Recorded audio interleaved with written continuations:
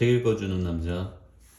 지난 시간에 이어서 오늘도 인생의 절반쯤 왔을 때 깨닫게 되는 것들, 지난 시간 이어서 읽겠습니다. 불안에서 자유로 갈아타기. 자신이 속한 곳에서 사랑하는 이들과 함께하며 자신의 목적을 위해 자기 일을 하는 것. 일, 사랑, 장소, 이 세 분야의 조화가 잘 이루어진 사람들은 신기하게도 각각에 대한 불안감이 갈수록 사라지는 경향이 있다. 그들은 대체로 지위에 대한 집착을 덜하는 대신 스스로에 대한 믿음이 커진다. 또한 그들은 이 세상이 꽤 살만한 곳이라고 생각하며 자신이 속한 곳에서 얼마든지 자유의지를 행사할 수 있다고 믿는다. 작가이자 상담가인 존 코엔은 바람직한 삶을 불안에서 자유에 대한 믿음으로 옮겨가는 것이라고 표현한 바 있다. 직업, 사랑, 가정에 대한 걱정에 끊임없이 시달리다 마침내 불안과 좌절을 모두 벗어버리고 어디서 누구를 위해 무엇을 하는가 라는 요소들이 완전히 조화를 이룬 점을 확신하게 된다는 것이다. 이 말이 영적으로 들린다면 그건 영적인 말이기 때문이다. 우리가 성숙해지면 성숙해질수록 내면 깊이 잠자던 영적인 관심이 수면 위로 떠오르게 마련이다. 융은 그것을 이렇게 설명하고 있다. 인생의 절반, 즉 30대 중반을 넘긴 환자들을 치료할 수 있는 최후의 방법은 삶을 종교적인 시선으로 바라보게 하는 것이다. 여기에는 단 한 사람의 예외도 없었다. 그들이 병들게 된 것은 현존하는 종교들이 선사하는 깨우침을 잃어버렸기 때문이라고 해도 과언이 아니다. 종교적인 세계관과 인생관을 되찾지 못한 환자들 가운데 온전히 치유된 사람은 아무도 없었다. 많은 사람들이 중년의 나이에 이르러 삶에 대한 정의를 바꾸게 되는 것도 그런 이유에서다. 그때까지 품어왔던 삶에 대한 정의가 외형에서 치우친 것이었다면 이제 좀 더 내면의 가치를 중시하는 쪽으로 변해가고 있다. 오감을 자극하는 신기한 장난감 따위로는 더 이상 만족할 수 없다. 그 대신 좀 더 의미 있고 생을 풍요롭게 할 만한 일들을 찾기 위해 장소, 사랑, 일, 목적 중 하나 이상을 붙잡고 사색에 잠긴다. 특히 베이비붐 세대의 경우 장소에 대한 집착이 큰 편인데 가령 오래전부터 동경하던 전원 생활이 대표적인 예다. 비록 직장에서 멀리 떨어져 있고 편의시설도 없어 불편하게 짝이 없는데도 어떡하든 시골로 옮겨가 그곳에 둥지를 트는 것이다. 마찬가지로 출세와는 무관하게 내면의 만족감을 위해 직업을 선택하는 경우도 있다. 뉴멕시코에서 변호사로 일하고 있는 친구 톰은 굴지의 법률회사에서 높은 연봉을 제시해도 줄곧 거절해왔다. 그 이유는 다름 아닌 자기 일을 계속하기 위해서다. 그가 말하는 자기 일이란 미국 남서부 인디언 법정에서 아메리칸 원주민들을 변호하는 것이다. 물론 내가 엘버커키에서 계약법을 다루면서 산다면 정말 많은 돈을 벌 수 있겠지. 하지만 여기서 얻는 만족감은 없었을 걸세. 게다가 이렇게 도로도 없는 곳에서 벤츠가 다 무슨 소용이 있겠나. 사랑으로 말할 것 같으면 최근 우리가 참석했던 스티브와 린다의 재혼 이야기를 빼놓을 수 없다. 두 사람은 5년 전 이혼한 사이였다. 하지만 각자 진지하게 자기 자신을 돌아보면서 그토록 찾아 헤매던 사람이 언제나 자기 옆에 있었다는 사실을 깨달았다. 그들은 이미 몇 년 몇 년을 함께 살았던 사이였지만 서로가 서로에 대해 새롭게 갖게 된 감정을 축하하고 기념하기 위해 다시 결혼식을 올린 것이다. 이처럼 내면으로 눈을 돌리면 바람직한 삶에 대해 이해하고 새롭게 인식하게 된다. 그리하여 장소와 일과 사랑의 삶의 중요한 요소로 자리 잡는다. 그들은 자연스럽게 가방을 풀고 다시 꾸림으로써 이전까지 바람직한 삶에 대한 자기만의 인생관을 가로막혀 있던 모든 두려움을 하나씩 걷어내고 있다. 죽음에 이르는 4가지 두려움. 혼자서 별 생각 없이 앉아있을 때 막연하게 떠오르는 느낌이 있다. 다름 아닌 두려움이다. 사람들은 세상이 무서운 곳이라고 생각한다. 그 막연한 두려움으로부터 주의를 돌리기 위해 사람들은 리모컨을 눌러 TV를 켜곤 한다. 하지만 대중매체는 전혀 도움이 되지 않는다. 오히려 TV, 라디오, 영화들은 머리털이 곤두설 정도로 두려움을 증폭시킨다. 마치 공기처럼 우리를 에워싸고 있는 이 거대하고 절대적인 두려움이야말로 인간의 원초적인 감정인 양 떠들어대는 것이다. 수많은 사람들을 만나 깊이 있는 대화를 해 나가면서 우리는 그들이 느끼는 두려움이라는 게 사실 그렇게 막연한 것만은 아니라는 사실을 알게 되었다. 두려움은 크게 4가지로 구분할 수 있으며 우리는 그것을 죽음에 이르는 두려움이라고 부르기로 했다. 왜냐하면 이 두려움이 우리들에게 너무도 많은 생명력을 앗아가기 때문이다. 죽음에 이르는 4가지 두려움.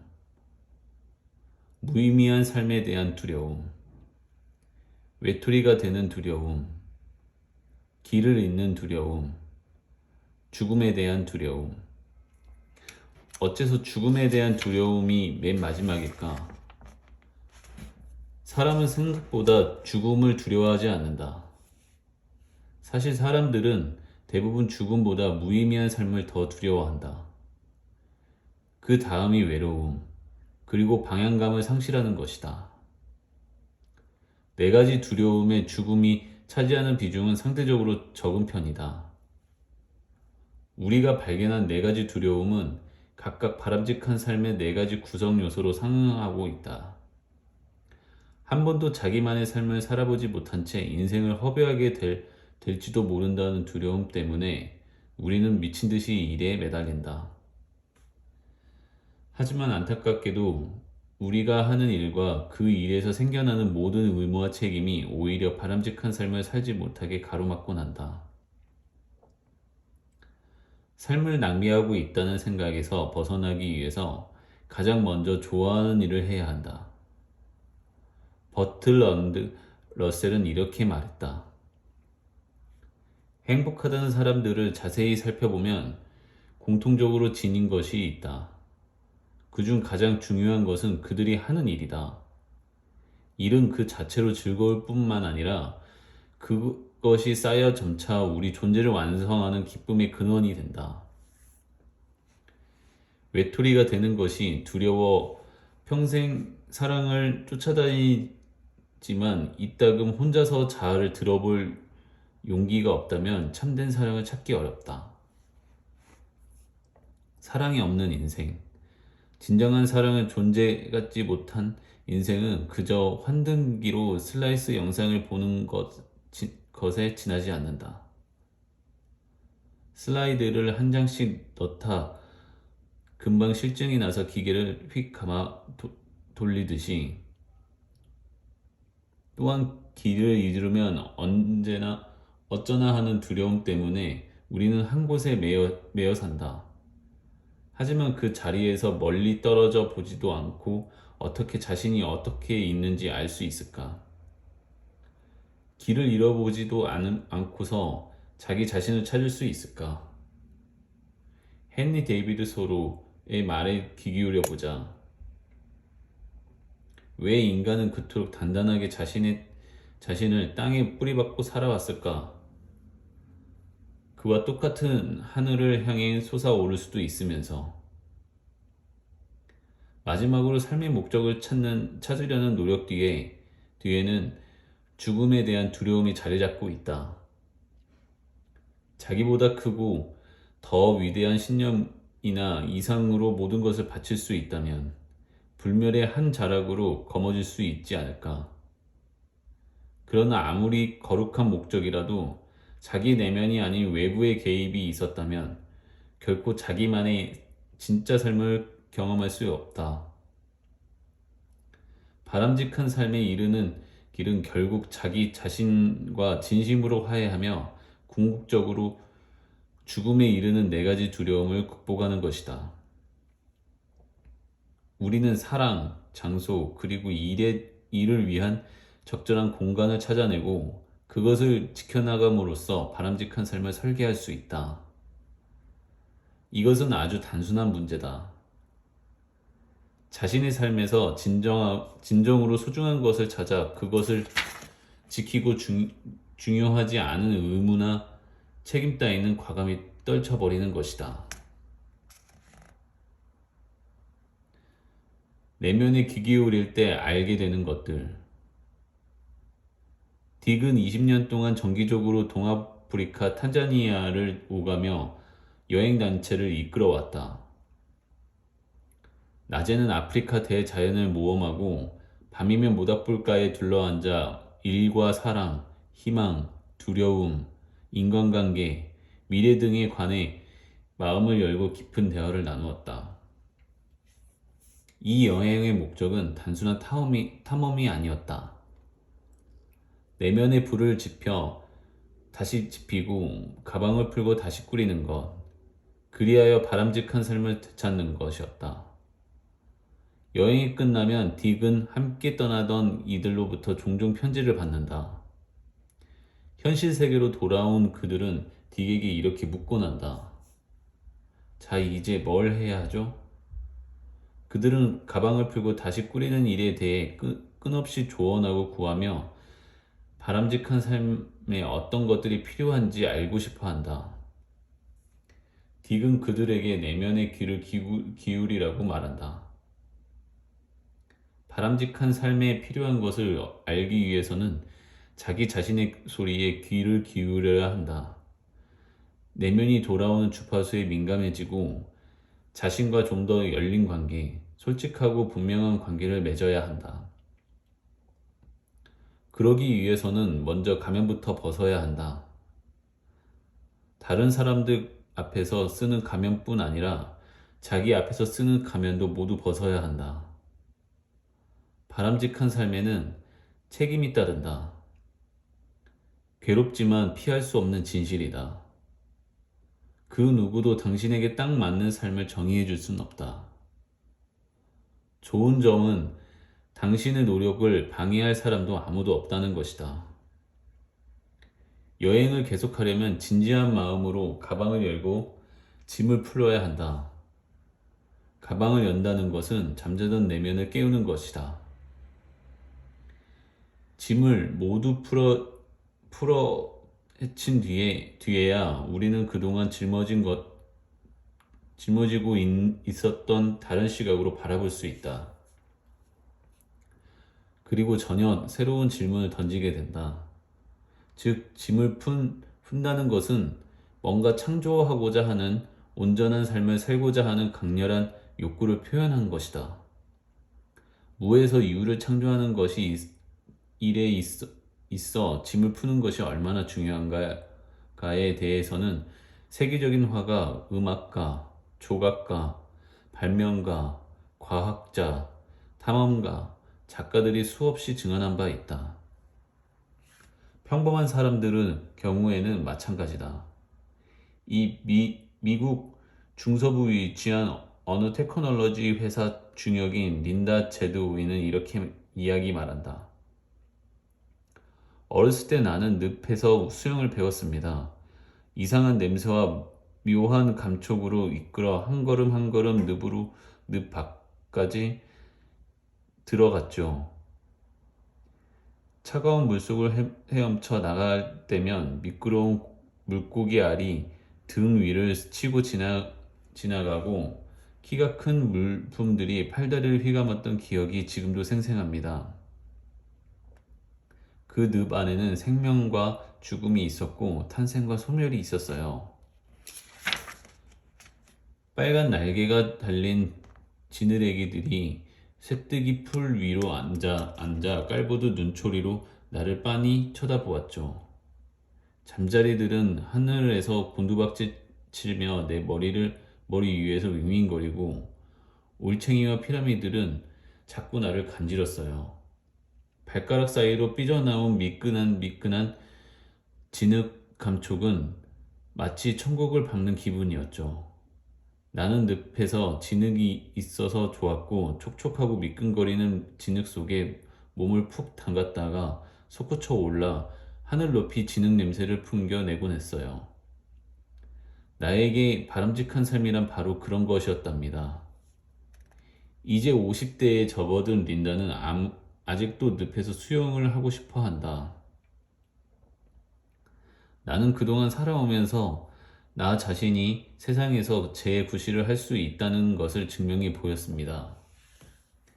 이제는 늪으로 돌아갈 때가 된 것 같네요. 나는 이제 그런 경험, 온몸이 짜릿해지는 그 느낌을 다시 맛보고 싶어요. 50대가 되면서부터 나는 과거와 미래를 더 잘 볼 수 있게 되었습니다. 그리고 내 안의 작은 얼룩과 친해질 수 있게 되었죠. 내 인생에서 무엇이 중요하고 무엇이 중요하지 않은지 알게 되었습니다. 앞으로 어떤 사람이 되고 싶은지 나도 모르겠어요. 아직도 어떤 과정을 겪고 있는 느낌이랄까요? 그래요. 작년에는 큰 변화가 있었죠. 내가 만약 구조조정 대상자가 되거나 해고를 당했다면 어떻게 해야 할까 곰곰이 생각해 봤습니다. 나 자신과 다른 사람들에 대해 해볼 수 있는 모든 질문을 다 던져보았죠. 그렇게 모든 가능성을 생각해 보고 나니 걱정에서 해방되어 평정을 찾을 수 있었습니다. 이제부터 무슨 일이 닥치든 다 받아들일 수 있을 것 같아요. 어쩌면 아주 반갑게 맞아줄 수 있을 것 같군요. 내가 50대가 됐을 때 단지 나만의 세상과 나만의 상상으로 이토록 큰 즐거움을 누리게 될 줄은 정말 몰랐어요. 사실 그동안 나는 바람직한 삶이란 성공이나 모험 같은 게 있다고 생각해 왔죠. 하지만 이제 달라요. 바람직한 삶이란 늪에서 몸을 담그는 것과 같아요. 모든 것을 마음속 깊이 느끼고 음미하는 것. 그게 바로 바람직한 삶이랍니다. 깨달음은 갑자기 온다. 어느 순간. 그리고 그동안 지니고 있던 생각을 버리고 전혀 다른 시선으로 사물을 바라보게 되는 것이다. 바람직한 삶을 만들어가는 과정도 깨달음을 얻는 것과 비슷하다. 삶은 결코 일반적인 논의 규정도 아니고 거룩한 몇 마디의 명언을 요약한 것도 아니다. 삶은 그 누구도 아닌 오로지 나만의 질문을 품은 채 끊임없이 가방을 풀고 다시 꾸밈으로써 서서히 완성해 가는 것이다. 선승 스즈키는 이렇게 말한다. 나는 예술가이며 나의 삶이 곧 작품이다. 나의 예술가들은 기존의 가치에 대해 언제나 의문을 품는다. 누군가에는 진실인 것이 자신에게는 거짓일 수 있다는 과감하게 인정한다.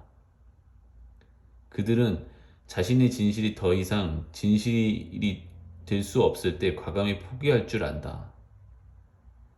또한 자신의 경험을 받아들일 수 있는 것은 기꺼이 받아들이는 뒤 앞을 향해 계속 나아간다. 오늘 독서가 좋으셨다면 구독과 좋아요, 알림 설정 부탁드립니다. 감사합니다.